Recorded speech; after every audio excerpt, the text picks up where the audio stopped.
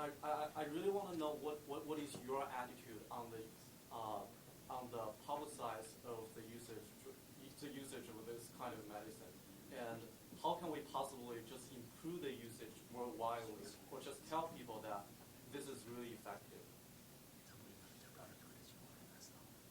Well, I think like any other sort of work. First, I think I have very strong views or opinions. We should have some kind of international conference about these ancient medicine, Chinese medicine, Indian medicine, Arabic medicine, Tibetan medicine, some kind of, sort of seminar, and meantime carry more research work. Then already in India, you see, like all India medical institution, you see, some doctor, through their own personal experience, sometimes some patient who come to their sort of institution, they recommended it, you should treat Tibetan medicine, you should ask Tibetan physicians.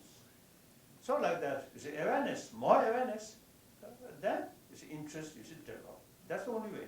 In order to do that, not like communist propaganda, but we must further research and some sort of discussions. And then make more publicity like that. I think possibly, eventually, open here in this big hospital, one section, Asian, ancient medical sort of medicines. Maybe good. One wonderful thing, you see, experience of Tibetan physician. No other instrument, simply the test, pulse. Pulse. They, you see, can tell, oh, last 10 years, 15, 20 years, you have some kind of problems, such as problems. And in future, there could be, you see, some possibility of this danger, this illness, that illness. Those sort of properly sort of trained and experienced doctor. So the potential is there. And modern doctors, you see, with instrument here and a lot of things. So those ancient sort of our physicians, just a few fingers, and then test the urine like that. I really was surprised sometimes. Those really qualified. Nowadays, unfortunately, some case machine. Of course, these days you do find those who claim to have this expert knowledge, but their level of knowledge is not that high. So that's, even you see teachers, now in China, some Tibetan claim themselves as a great teacher, but actually a spiritual teacher. I think 15, 20 years ago, I met one Chinese from mainland China. He told me some Tibetan coming to China, they say they are great spiritual teacher. Then many Chinese Buddhists is very, very devoted, so and sort of respect or faith. Eventually, such sort of spiritual teacher actually seeking money and sex. So there are such sort of dangerously such potentials for abuse. So we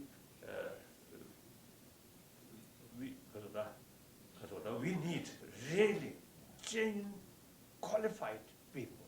Then Tibetan medicine, as well as Chinese medicine. Oh, I have one story. When I was very young, my father there.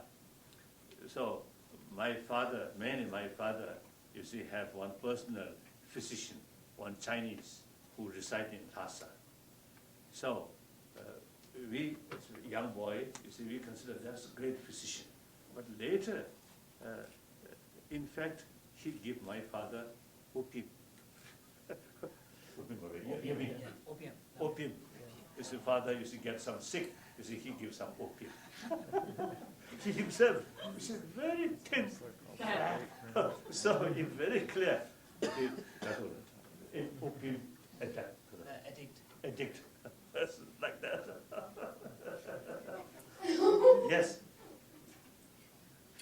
Yes, yes, okay. Oh, that's okay. Yeah, sorry about that. During the speech, you mentioned that because of the suppressive policy in China, there was a crisis in 2008. Now, from Chinese government perspective, it's very natural for them to think you intentionally picked 2008 to impress them before Olympic Games. So, in your That's opinion, Or, oh yes. So, in your opinion, how to build this mutual trust between you, Tibetan people, and Chinese government?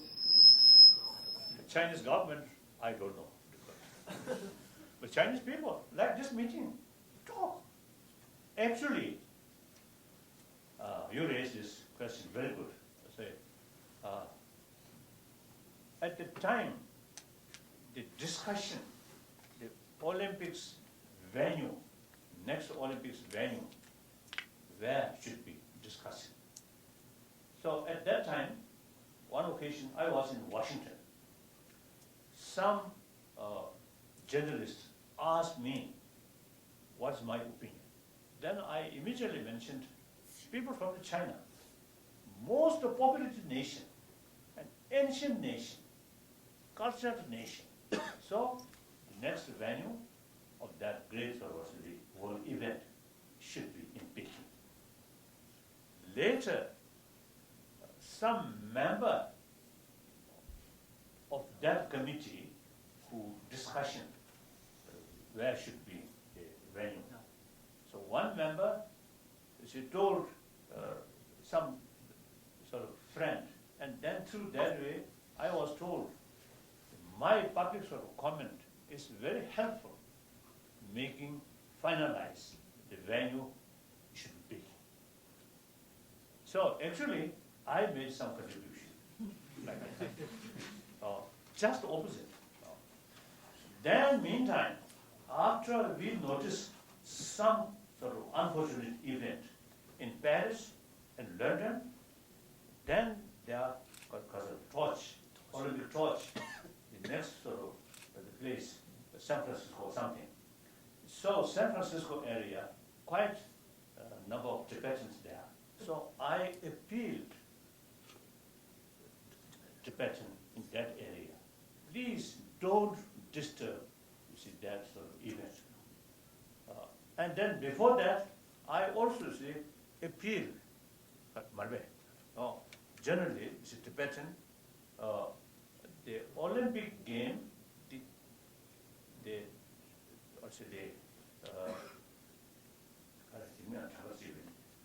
over billion people of China really feel proud. So we should not disturb that. That's fact. Then Chinese government, all these problems we created. Then eventually it described me as a demon. So instead of living Buddha, they consider me living demon. So when I received that sort of information, actually I was in Italy. So many mayors of different towns or different cities in Italy, they usually kept Tibetan flag on 10th of March. Oh, that Tibetan flag also. You see, I often telling those people who carry Tibetan flag, Chinese sort of officials always protest. And also inside Tibet, whenever they saw, they see that flag is something splittist movement. Actually, some occasion I expressed those people who kept that flag. I told them, actually, this flag is, of course, Tibetan use. You see, their sort of flag. However, when I was in Peking, one occasion meeting with Chairman Mo inquiring me whether you have flag or not. Then I a little bit sort of hesitant, but finally I said yes. Then Chairman Mao told me, oh, it is very important to keep that flag beside national red flag. Chairman Mao, you see. So I usually say telling people, I already have the permission, Chairman Mao himself, to keep this flag. Okay, so you see those Italian mayors, many of them describe themselves as a communist, as I mentioned earlier. Marxist, not Leninist. So then one morning, you see, we like you see long table, we sit together. Oh, many mayors, I think at least 10 mayors. There was some reporters that we met together. One reporter asked me, now Chinese officials describe you, demon. Then I immediately respond, yes, I'm demon with horn. that picture immediately you see appear on newspaper like that. So I think even these days, whenever they really find difficulties or facing desperate, they're very, very sort of desperate to find out scapegoats. So, in some sense, I'm serving for their scapegoat. Good. Yes. Yeah, yeah. Thank you, Your Holiness. Okay. It's really amazing. 没办法 is a phrase the Chinese use in challenging situations that translates to don't worry because there's nothing you can do about it. We don't really have an equivalent phrase in English, possibly because Americans have the general attitude that every problem with determination can be solved. Both strategies of coping with life's hardships can be effective. In your opinion, how can people know when to be persistent about finding a solution and when to relinquish control and accept the circumstances for what they are?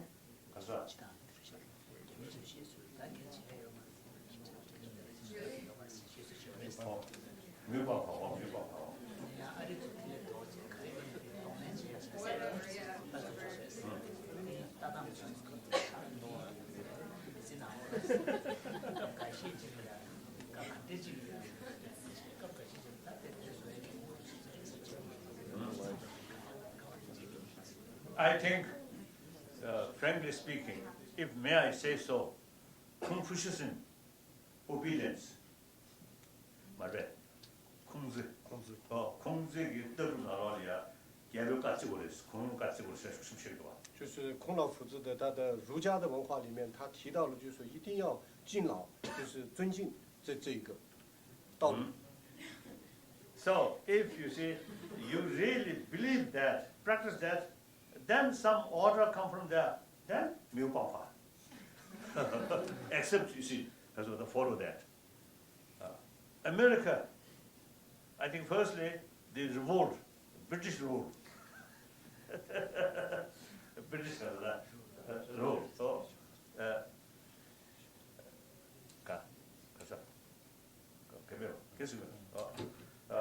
so the democracy really is developed. So it is really American new since America, this new America is developed, the democratic sort of that idea is very much in people's mind. So each individual is your own master. I think Buddha also stated that you are your own master.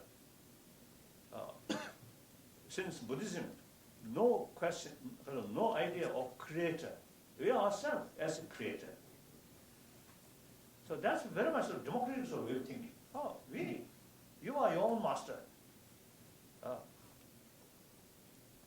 The other day, I mentioned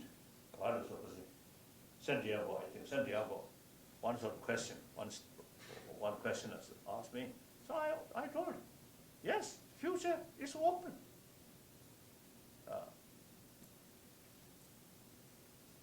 Although no guarantee, but still it's open.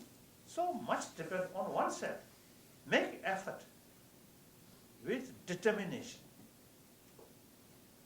with sort of holistic view and realistic view, realistic approach, then you say everything, anything can be possible. So with your self-confidence and willpower, that with sort of, because of the holistic view, that brings your attitude to become more realistic. So realistic approach with determination, anything can achieve. Anything does not mean, Of course, anything within reason. For example, like it wouldn't include human beings able to spread their wings and fly. Such things are impossible. But otherwise, you see, anything possible. I think that spirit must keep. Obedience, that sort of kasoda, that practice is not good. So Buddha himself, you see, told his follower, oh, my follower, monks, nuns, scholars, should not accept my teaching out of faith, out of devotion, but rather thorough investigation, experiment. So I think China, basically Buddhist country. Before Buddhism reaching Tibet, China, I think at least 3-4 centuries earlier, Buddhism already there. Again, my argument. Then you see Tibetan emperor, 7th century, 8th century. We already have, you see, close relation with Chinese emperor. But we prefer, Buddhism is concerned, we want to, because of that, we want to contact directly with India rather than through China, through Chinese. So, the 8th century Tibetan emperor invited one of the top sort of philosopher, or thinker, or logician of Nalanda institution. His name, Chandrarakshita. Invited to Tibet, and then he introduced Buddha Dharma directly from Indian thinkers, Indian masters. So that also Tibetan mind, a little bit independent, independent mind, like that. So you see, we have to look all these things. Is very objective. Should not look with, you see, according to your own sort of wish. I want this should be. No, not that. Last question. Hi. Thank you. Oh, now, yeah. In front, you. Yes, you. Thank you, Your Holiness. Well, in your speech, you mentioned that it's pretty unthinkable to think people like Jiang Zemin, the former president of China, to be put into prison. But recently, Wu Xilai, who is the party secretary of Chongqing province, also a descendant of a central, the old red generation, was under investigation and put into prison. So do you think that's a good sign for the upcoming political reform of China? Last few years, Wen Zhaobao expressing China need political reform. And some cases he even stated China need Western style of democracy. Usually, communist leader always reject Western style of democracy not fit to Asia. It is a lie. India, over 60 years, democracy deeply rooted. And look, Japan, after Second World War, democracy deeply now established. So, in any way, the Wen Zhaobao is mentioned that. Then more serious, after Remin Devo Dahui Kehui, the usual sort of official press meeting, once more he mentioned China need political reform. And also he warned, unless you take political reform, there is danger, returning of cultural revolution, he mentioned. Then next day, Oshilai is dismissed. So seems, you see, there is, I think, among the top leaders, you see, I think we know, since I think several years, you see, among the top leaders, you see, one group more liberal thinking, one group hardliner. So now, recent event shows the liberal sort of thinking group seems to see upper hand. So that's good.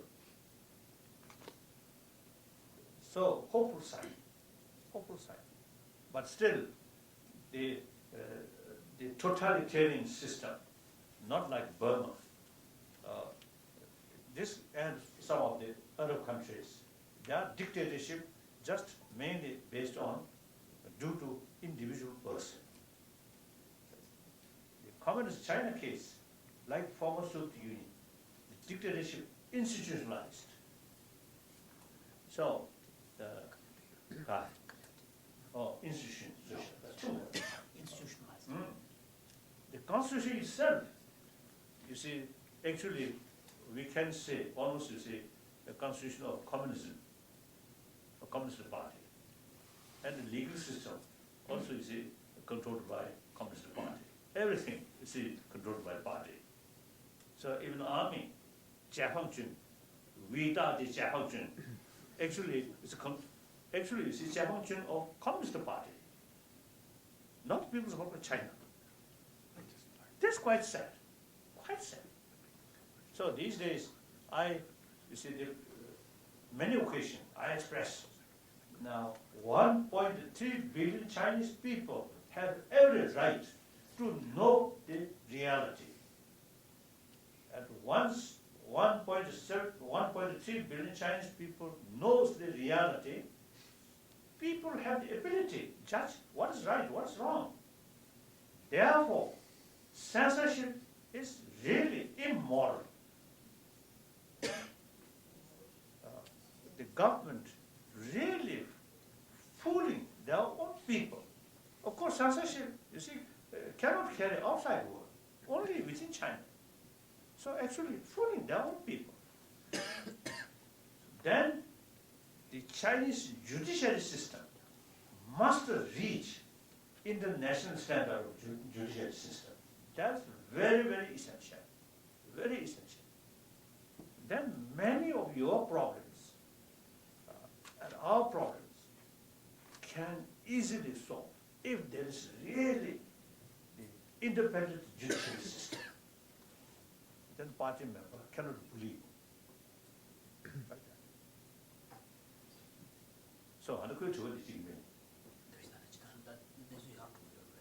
so therefore, judging these, and then seems, I think, Wan Zhaobo also is mentioned transparent. He also is mentioned, it is important, it is necessary, transparency. So these are hopeful signs, hopeful signs. But still, as I mentioned earlier, too early to say definite. The whole system is something unpredictable. So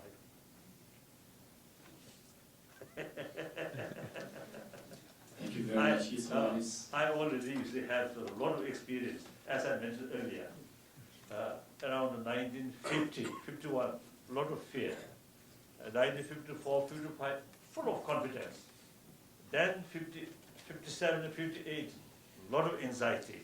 And then finally escaped, like that. So, and then while we exiled,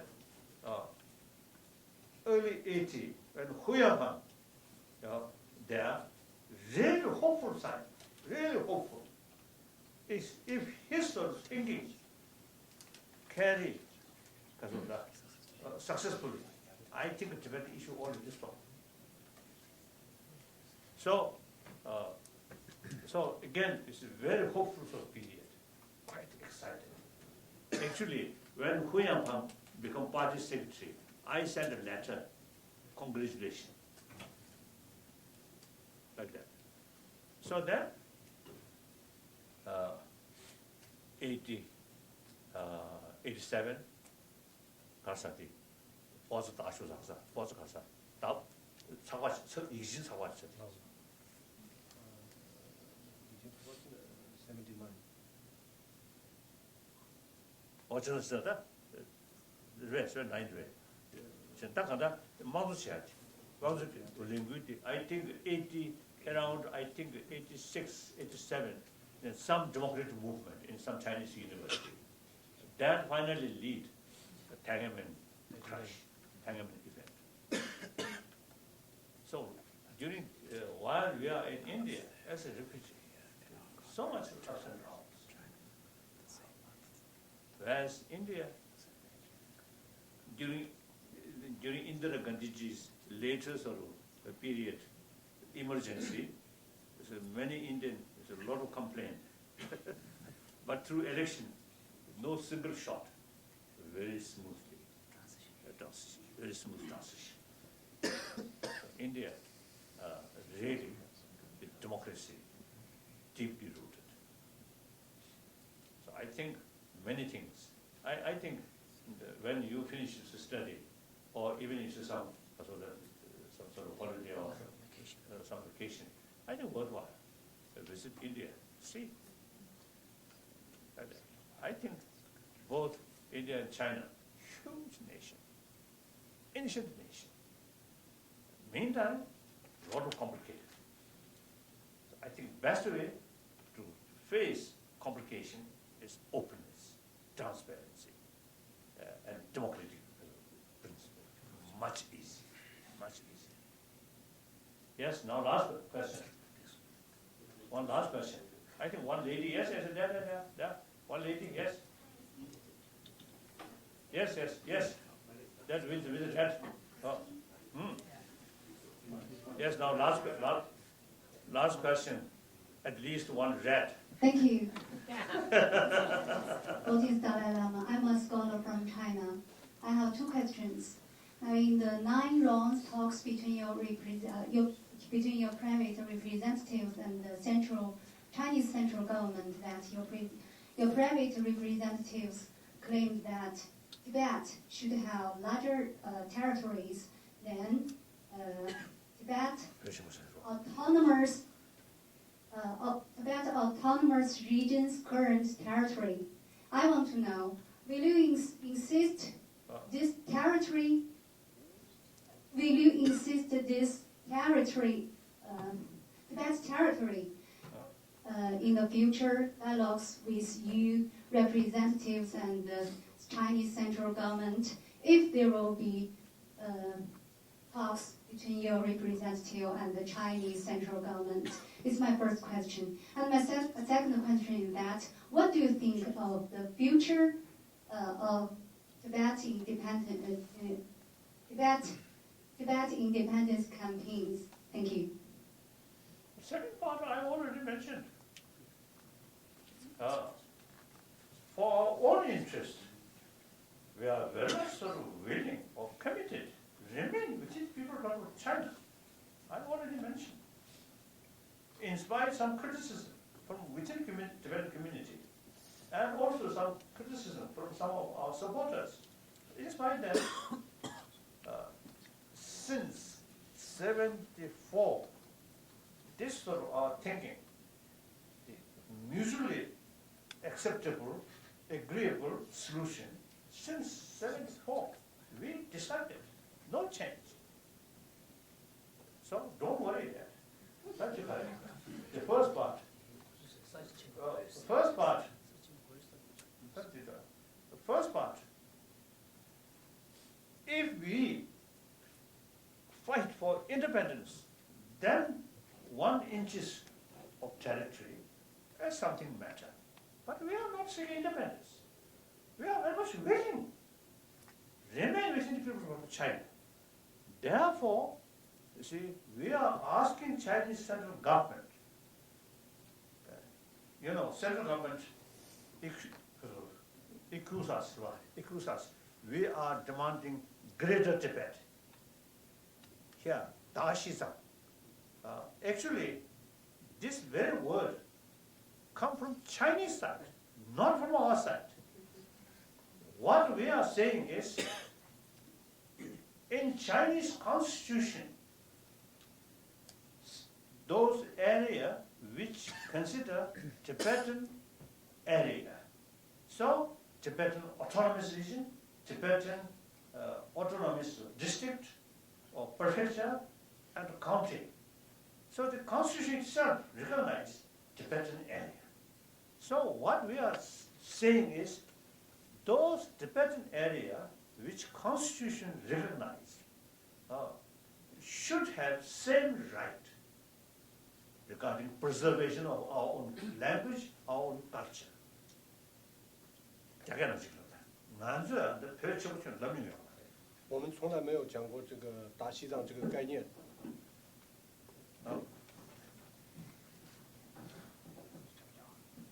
前年在你们那里呀，让用种、让用区、让用还有县省那些的，让用区域、让用民族的社会地带，让用套上基本处的这说。我们的诉求呢，就是说，在中华人民共和国宪法里面明文规定的自治区、自治州和自治县，这个自治州、自治县，这个自治区的自治州、自治县的所有的保护西藏的文化以及所有的权利需要平等的获得。Clear. Thank you again, His Holiness. Next, we have a Chinese student from Kaohsiung College. Her name is Yang Shanna, and she will deliver a short thank you word for His Holiness. 大家下午好，我叫杨珊娜。我很荣幸能今天有如此宝贵的机会，能见到达赖喇嘛尊者，并且在这里发言。首先，我想感谢达赖喇嘛尊者的出席和您尊者为了增进全人类友好和谐所做出的努力。另外，我还要感谢和我一起的中美学生代表，有了你们的帮助，才有了今天这个成功的会见。夹起两国文化交流的桥梁，是我们年轻人的责任，而我们首先应该具有的就是一个开放的思路和包容的态度。我认为，如达赖喇嘛尊者所教导的，拥有同理心是新一代的最重要的责任。我们要跨越种族、文化、历史的隔阂，将心比心的对待彼此。人与人的相处是建立在互相尊敬的基础上。我们不只应该了解线下的各种摩擦和混乱，我们更需要有明确的目标和实际的行动。清晰稳重的沟通是达成这个目标最直接的方法，但在沟通的时候要记得，表达意见虽然重要，但听更重要。同理心和沟通是我们必须努力学习和了解的两件事。在此，我再代表在场的各位向达赖喇嘛尊者致最深的感谢和敬意。谢谢。谢谢。